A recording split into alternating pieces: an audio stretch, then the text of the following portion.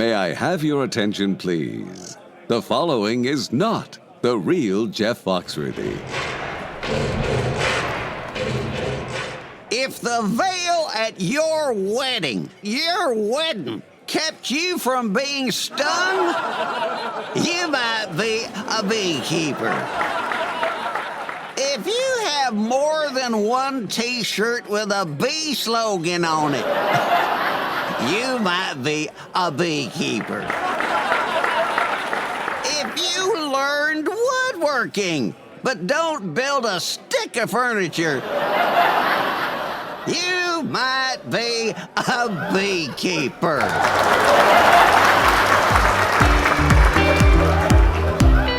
Welcome to Bee Love Beekeeping Podcast, presented by our good friends over at Mann Lake. At Bee Love, we're all about honeybees and, of course, the beekeepers. And if you're on the beekeeping adventure, we would love to hear from you if you're just thinking about it. This is a great place to learn from real live beekeepers. Bees, beekeepers, and fun beekeeping stories, it's all about the love. We're going to start it off today with a wild and crazy beekeeping story from Christine. And then we're going out to California to meet Rob Wright, the CEO of Mann Lake, and we're going to hear all about his beekeeping journey. First, here's Christine. I am now a full-time beekeeper, but before full-time beekeeping, I was a middle school math and science teacher. And I like to think I was one of the fun teachers. Like, we did lots of labs. In chemistry, we would blow stuff up. And for biology, when we're working with microscopes, I got the brilliant idea to bring in a bunch of bees. So I had hives in the backyard at that point. And so I went out. It must have been this time of year, so fall, when it's cold in the mornings, but then warms up in the afternoon. And in the morning before school, I went out and I collected a bunch of dead bees from in front of my hive, and I put them in a little container, and I was going to I had like a container, little Tupperware kind of full of them, probably about 100 bees that I was bringing to school so that my students could practice focusing their microscopes and could have a look at like bee parts up close. When I got to school, science was fairly early in the morning, so I had my little Tupperware sitting on my desk, and the bees at this point were still not moving, looking very dead. And students got their microscopes all set up, and I started to hand out bees. They would bring over a little like petri dish, and I'd give them a couple bees, and they'd head back to their microscope station. And I will never forget the feeling in my gut when the first student said, "Teacher, my bee is moving." And I guess the first thought was like, no, you can't be. And then someone else said, no, my bee is moving too. And I looked at the little cup of bees left on my desk, and they're crawling out of the cup and starting to warm up. So they had been in torpor, which is like a dormant state that's brought on by cold that insects go through. And when they warm up, they really come back to life. So it all happened very quickly after that first kid said, my bee is moving. And soon we had about 100 bees buzzing up towards the lights of the classroom, causing all kinds of mayhem in a class full of teenagers who are generally quite scared of anything that buzzes and stings. So was it just mass pandemonium? Just, and people are running and screaming? And It was half and half. There were definitely students who were like out the door immediately. And then there were some who were just trying to be chill and like, I learned that if you just stay still, they won't bother you. And then there was a few that were kind of overconfident and wanted to start grabbing bees and putting them out. And so I was really, at that point, like focused on them not to like, don't touch any bees. We're going to deal with this a different way. So there was kind of 3 different categories of how they dealt with it. In the end, luckily, I had a huge window in my classroom. So we turned off the overhead lights.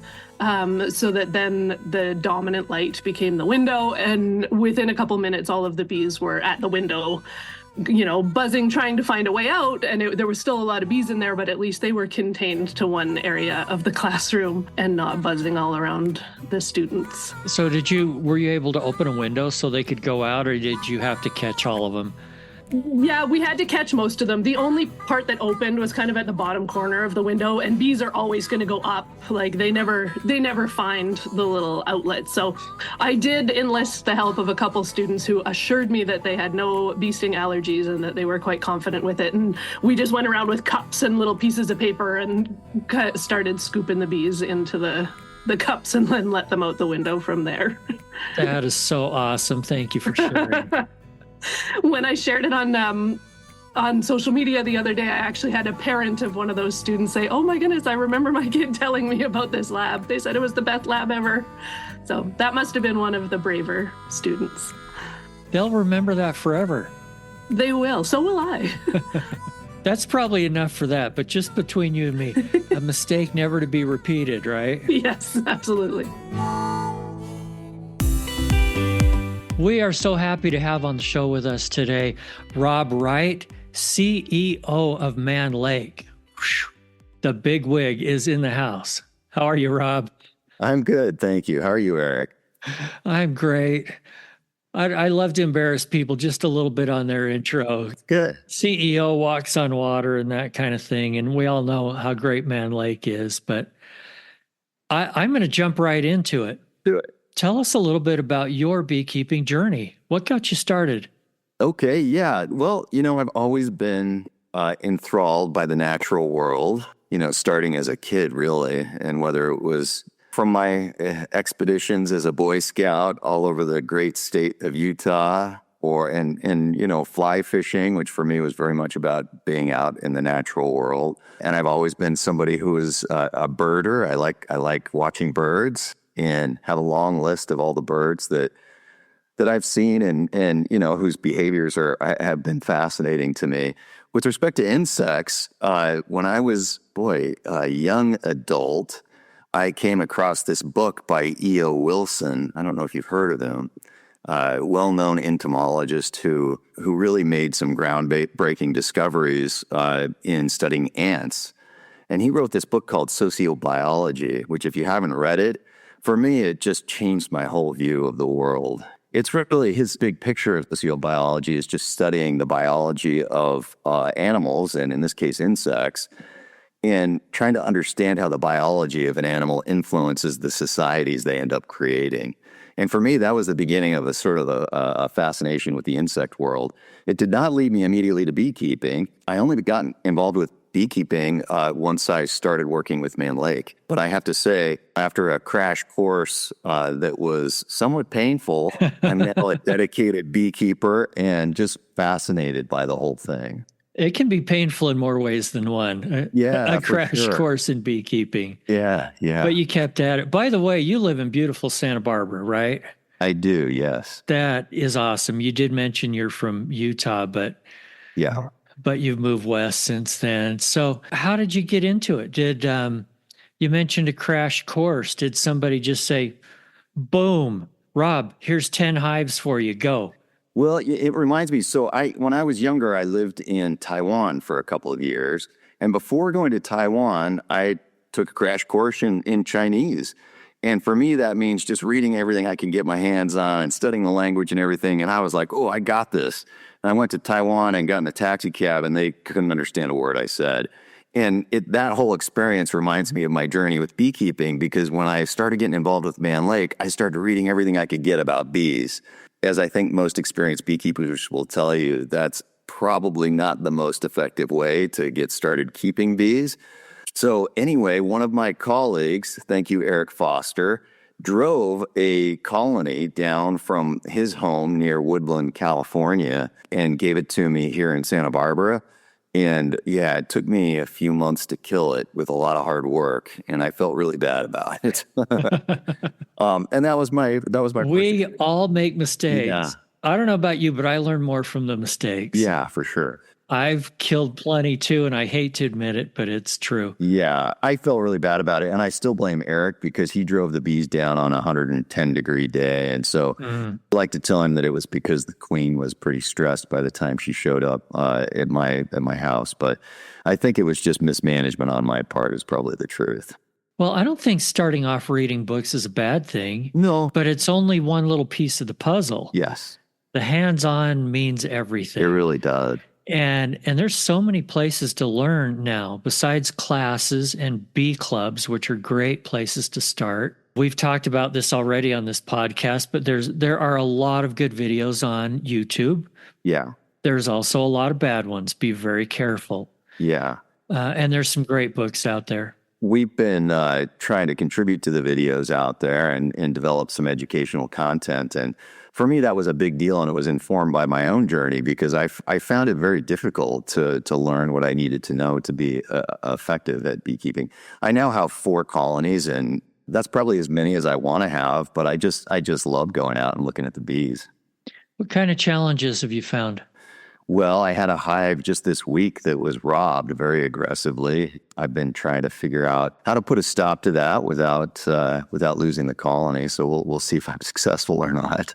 I think you mentioned to me previously that you've caught some swarms too. Is that correct? Yeah, this spring I caught 3 swarms, and I kept one of them myself, and 2 of the others I gave to some friends who were interested in beekeeping, and they're still going strong. So that was fun. I enjoyed that.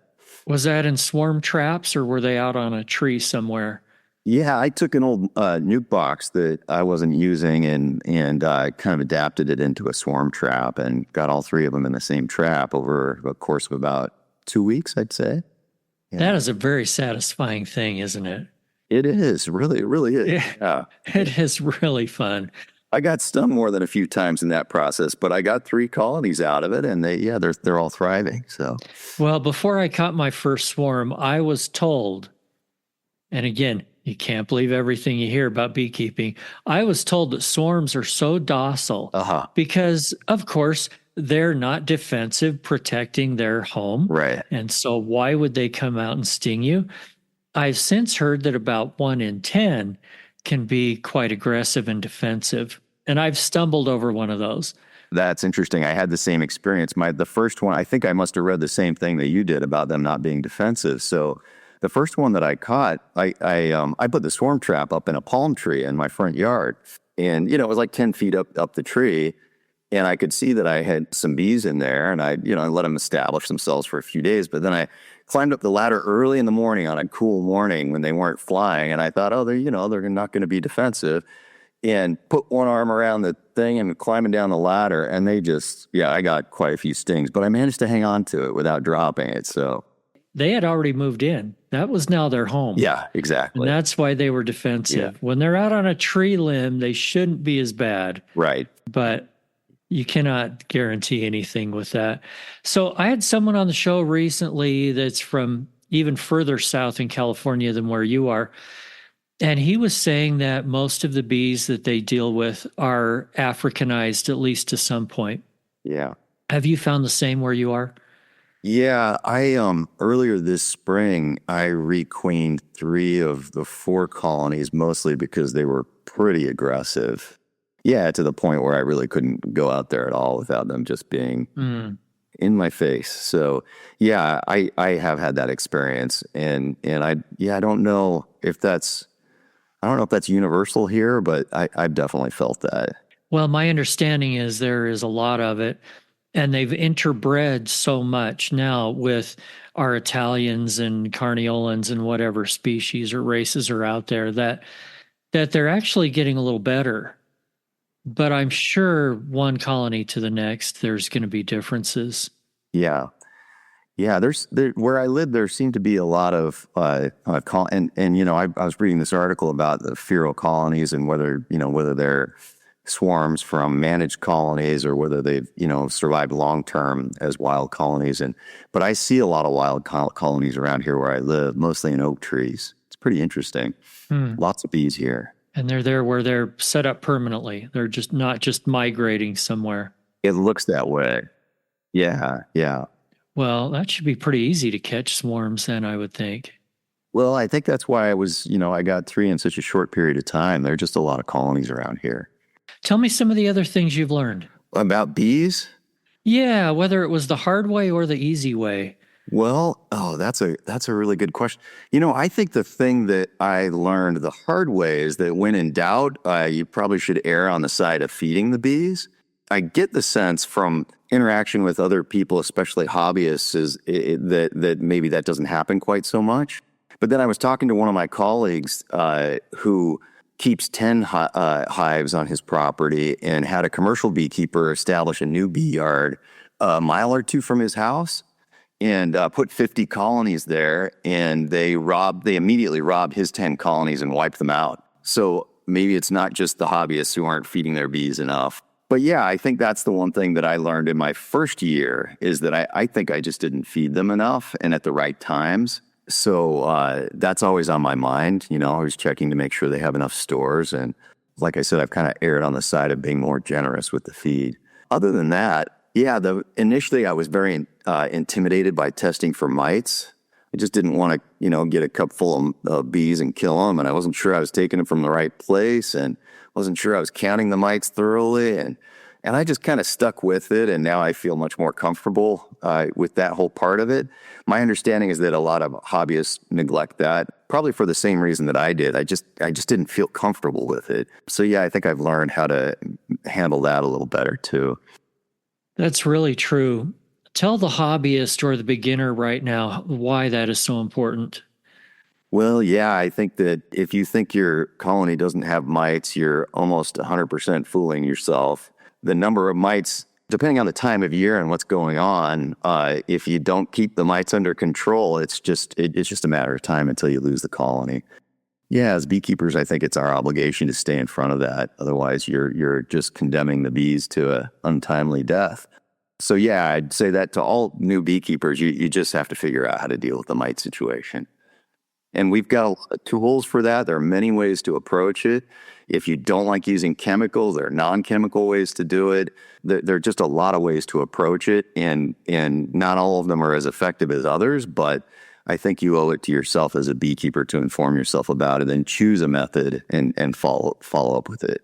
And that can lead to controversial things. I don't know how your bee club is, but if the treatment-free topic comes up, all of a sudden you can have people taking sides and jockeying for position. And yeah. I think the bottom line is none of us want to treat our bees. Yeah.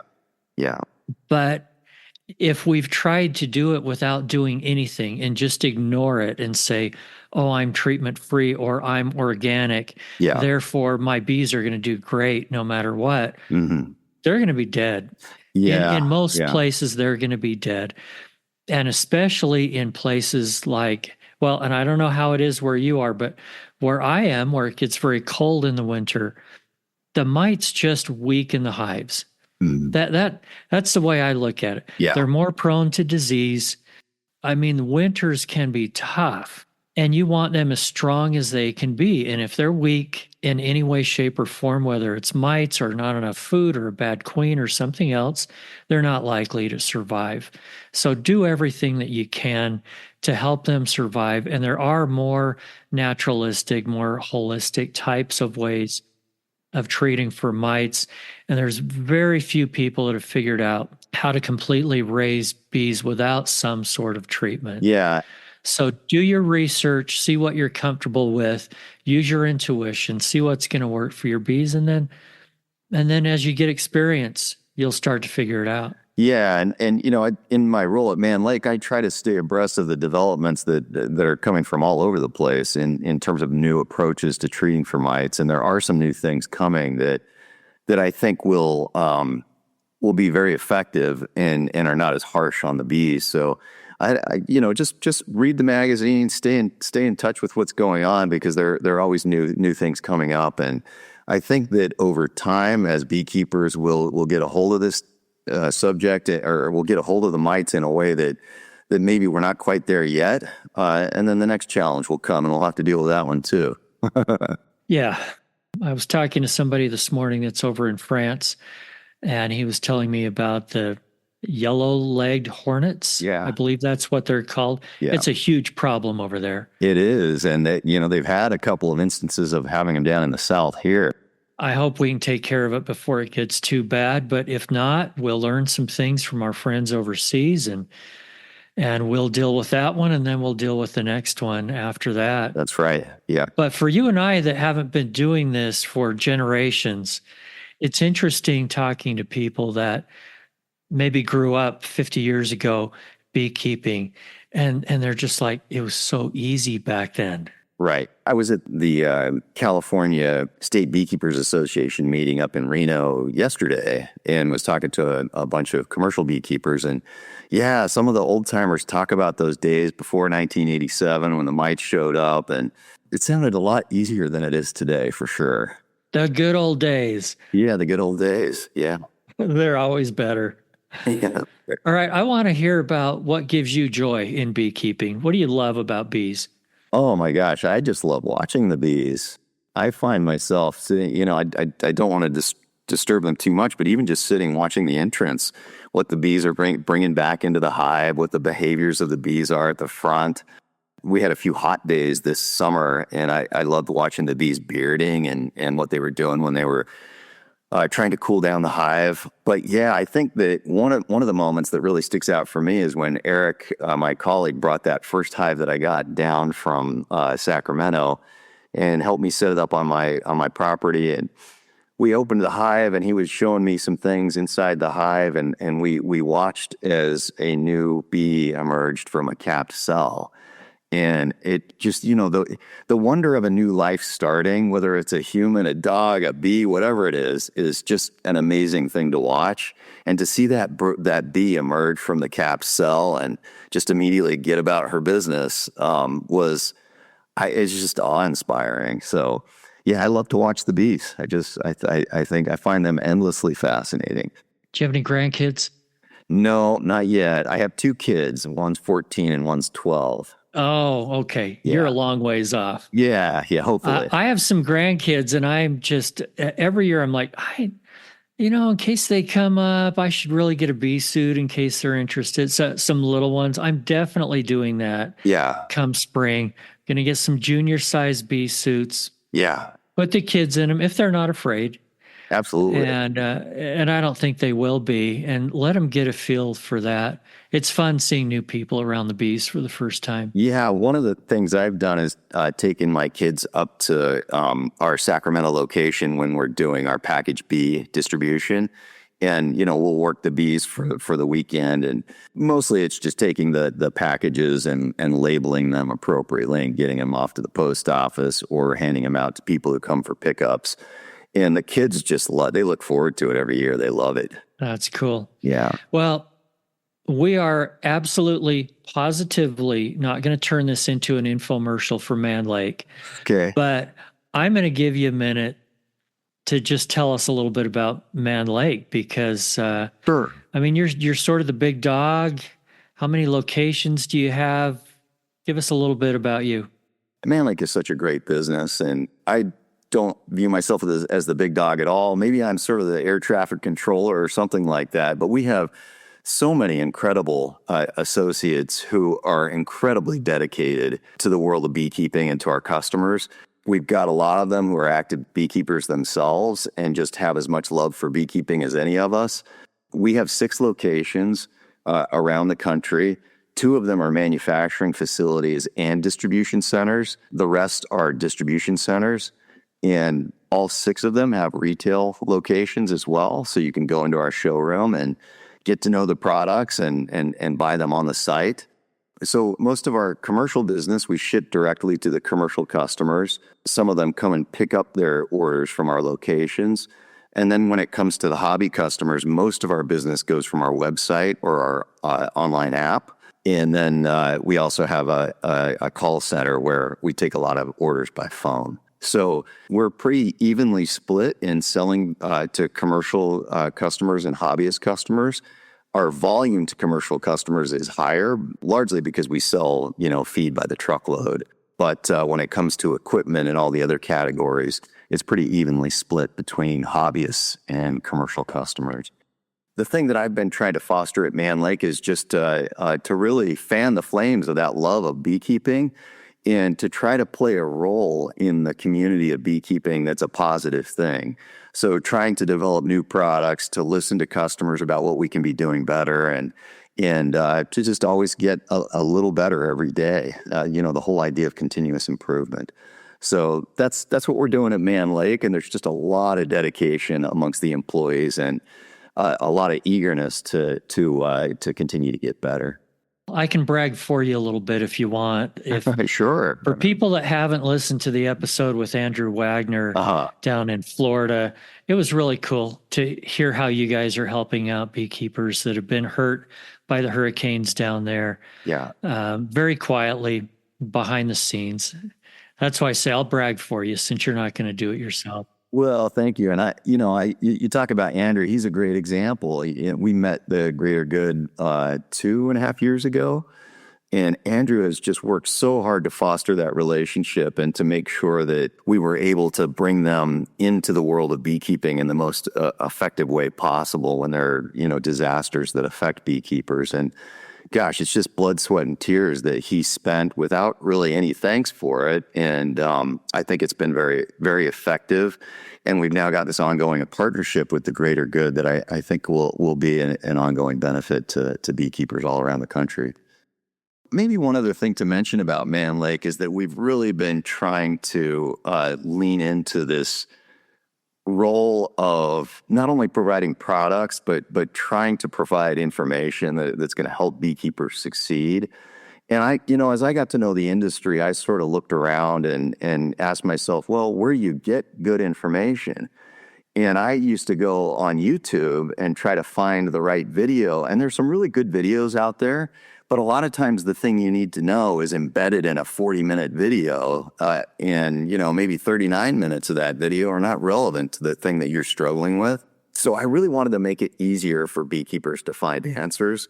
And there's not really any money in it for Mann Lake, but I just feel like in our role, we should be trying to help people succeed in the hobby.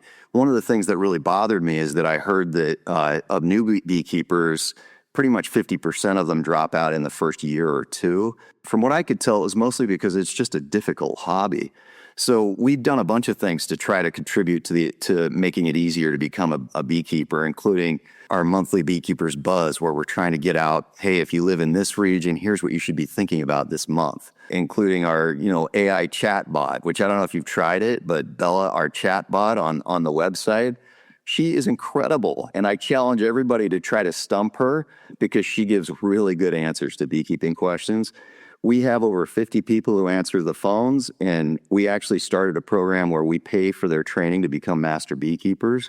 And the whole motivation behind that is when people call up with a beekeeping question, we want to be able to give them good advice. That was my motivation also to partner with you in getting this podcast going. We're trying to do as much as we can to help beekeepers succeed. And hopefully in the long run, that'll be good for Mann Lake as a business too. It almost just felt like our responsibility as the leading equipment supplier to do that. So yeah, I guess other than that, Eric, that's pretty much it.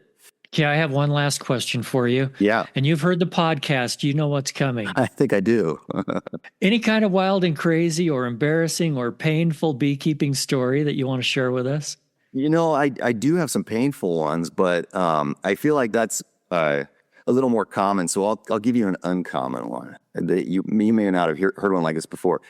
And I don't know, it's just a little point of interest, I guess. So my bees are close to the ocean, and I am obsessed with surfing. I go out and surf most mornings as the sun's coming up. One morning I was out surfing, and it was a warm day, so the bees were already flying, and it was a slow day in the ocean.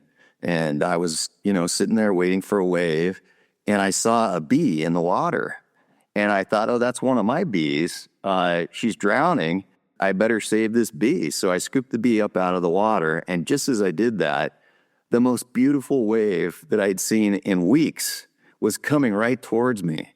And so I've got this bee in my hand, and I'm desperate to catch this wave because surfers are as obsessed with waves as beekeepers are with bees.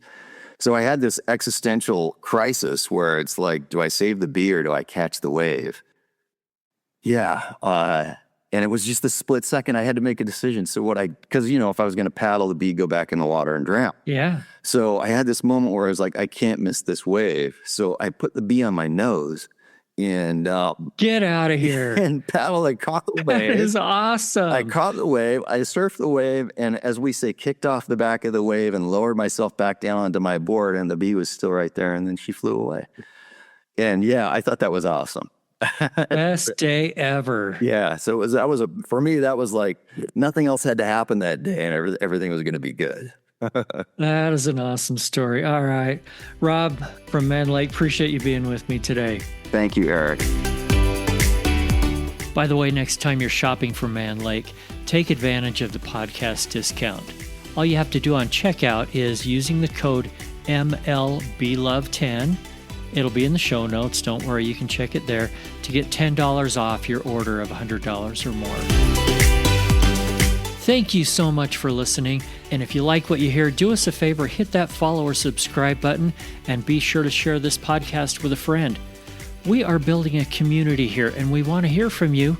Send your crazy stories, guest recommendations, new gadgets, or anything else you'd like to hear about on the show to eric@belovebeekeeping.com.